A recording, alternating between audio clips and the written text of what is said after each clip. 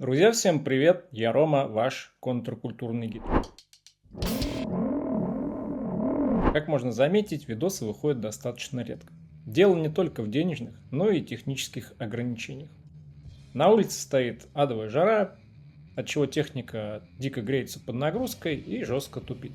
А мозгами шевелить не хочется. Здесь всякие олигофрены обычно добавляют невыносимо отвратительный оборот от слова «совсем».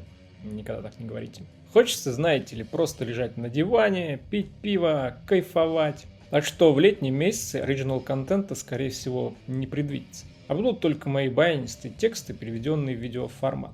Но не спешите закрывать окно, обвиняя меня в лени. Каждый видос будет неминуемо прокачан и дополнен. Ведь я уважаю ваше время и не собираюсь кормить вас протухшим хрючевым в погоне за просмотрами. Между прочим, эти тексты можно прочесть в моем телеграм-канале Rubbish Music. Обязательно подписывайтесь, если хотите забивать голову знаниями, которые никогда не пригодятся в реальной жизни. Также подписывайтесь на телеграм-канал Контркультурный гид, где происходят анонсы видео и другая околоютубная движуха. Ну, кстати, не только это. Ну и само собой подписывайтесь на мою бюсти. Ваша подписка не только поможет мне делать прикольные видосики, но и даст вам доступ к эксклюзивному контенту, который повысит вашу грамотность, а еще приведет норму кислотно-щелочной баланс. Кстати, YouTube наконец-то разрешил мне вставлять ссылки в видео, за что большое спасибо. Сегодня мы покумекаем об альбоме, справляющем ни много ни мало 36 лет в момент рождения. Ну, естественно, на момент записи. То есть о какой-то древней ерунде для старперов. Как вы уже догадались, это дебютная пластинка британской гор-грайнд-банды Carcass Reek of Putrefaction, или по-русски «Вонь гниения». Я не буду строить из себя первоисточник, начав тут рассказывать историю группы издревле и до наших дней, будто бы это так сложно найти в интернете. Поэтому просто перейду сразу к сабжу. Итак, поехали. Между прочим, ролик вышел 28 июля, и это неспроста. Именно в этот день, в 1988 году, британский лейбл, чье имя я уже устал упоминать, выпустил это поделие на свет. Если вдруг вы родились только вчера и еще не пришли в себя, то напомню, что Carcass своим вонючим, в кавычках, дебютником породили ужаснейший стиль музыки под названием гор-грайнд. Так что именно этих ребят, записавших альбом за каких-то 4 дня, стоит благодарить за тонны школьных рыгающих-пердящих поделок и глупый стереотипа, что грайндкор — это про кишки и блевоту. Очевидно, что даже снобская Википедия не смогла пройти мимо этого альбома. Еще бы, ведь он такой значимый. Основную инфу можно почерпнуть из довольно скудной статейки в русской Википедии, которая, тем не менее, оказалась даже нетипично подробнее, чем английская версия. Вместе с тем, есть еще несколько скучных фактов, о которых почему-то мало где говорится, а уж в русских интернетах так вообще нигде. Так что вот вам еще немного заметок и наблюдений о Reek of Putrefaction, которыми можно блеснуть на Tinder-дейтинге. Кстати, заметили, что я упомянул здесь некую Википедию? Наверняка вам хочется узнать, что это за ресурс. И это справедливо, ведь Википедия не просто очередной сайт с непонятным содержимым. Это целая сетевая энциклопедия, то есть кладезь знаний обо всем, что нас окружает. Еще каких-то 30 лет назад для того, чтобы прослыть эрудитом, нужно было как минимум заставить полку толстенными бумажными талмудами. Особенно котировалась Большая советская энциклопедия, она же БСЭ. Опционально быть подписчиком литературной газеты и какого-нибудь научно-популярного журнала, типа «Вокруг света». Ну, во-первых, это добро занимало солидную площадь, а люди жили не то чтобы в царских палатах. Во-вторых, такой доступ к знаниям был ограничен физическими возможностями. Вы же не будете брать с собой на шашлыки томики большой советской энциклопедии, чтобы блеснуть знаниями перед своими собутыльниками. К счастью, Википедия давно превзошла по содержанию все это барахло, так что такую макулатуру можно смело выносить на помойку. Кроме того, пользоваться Википедией можно абсолютно бесплатно, и для этого достаточно иметь десктоп или даже смартфон. Считывать символы с экрана очень удобно и не напряжно. Главное, чтобы возле речки или где вы там собираетесь тусоваться, ловился интернет, что в наше время не такая уж и большая проблема. На данный момент в Википедии есть почти 2 миллиона статей на широкий круг тем, и это только в русской версии. А ведь есть еще английская, сербская, чувашская и даже цонга. Короче, будет что почитать, посиживая на белом троне. Рекомендую всем пользоваться Википедией, чтобы быть умным, красивым и мускулистым. Но не забывайте, что это не первоисточник. Обращайтесь к ней как к сборнику или компиляции чужих трудов, сделанной анонимами. А критические знания лучше получать из других источников. Какие именно, я не буду называть. У вас, как у меня, есть своя голова на плечах. Думайте. Ну а теперь, собственно, факты.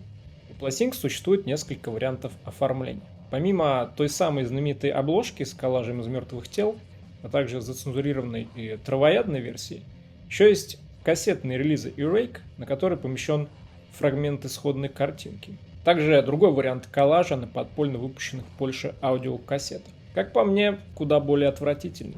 Альбом стал одним из множества релизов Earache, переизданных в 2010-х в версии Full Dynamic Range. То есть у записи был установлен изначально динамический диапазон частот. Если вдруг непонятно, загуглите термин «война громкостей». Впрочем, если вы предпочитаете слушать музыку на стандартной гарнитуре мобилки или из колонок Genius мышиного цвета, можно даже не забивать голову этой ерундой и переходить к следующему пункту.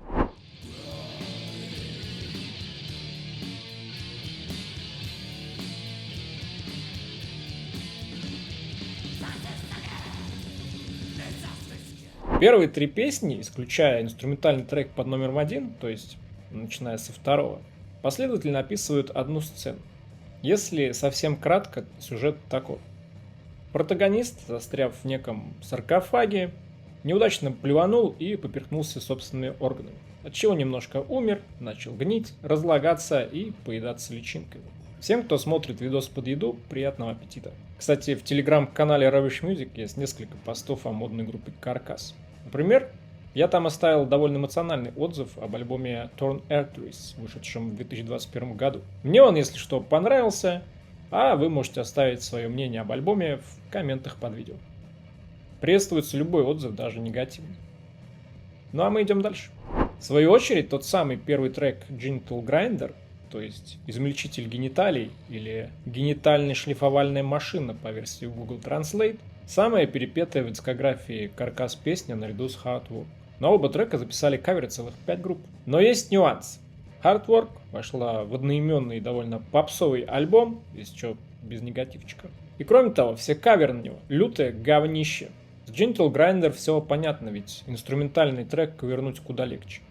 Но и перепевки у него куда более слушабельные.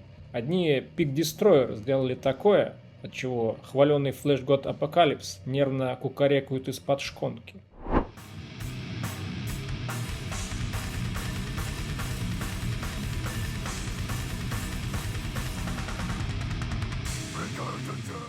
Еще я прочитал на каком-то ресурсе, что на старте карьеры некоторая часть поклонников всерьез восприняла тему песен Carcass и была сильно разочарована, узнав, что участники группы не патологические маньяки, думающие о расчлененке 24/7, а напротив, пацифистски настроенные вегетарианцы.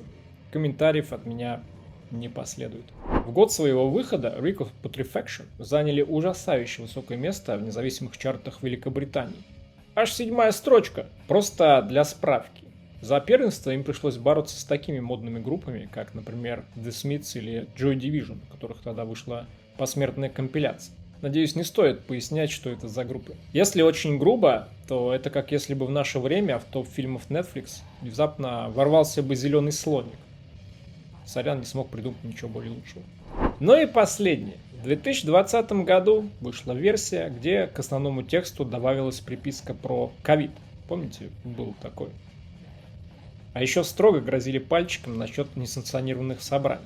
Не уверен, что это остановило нонконформистов, которых среди слушателей этой пластинки наверняка немало. Но отметить такие вот веяния нового времени обязательно стоит.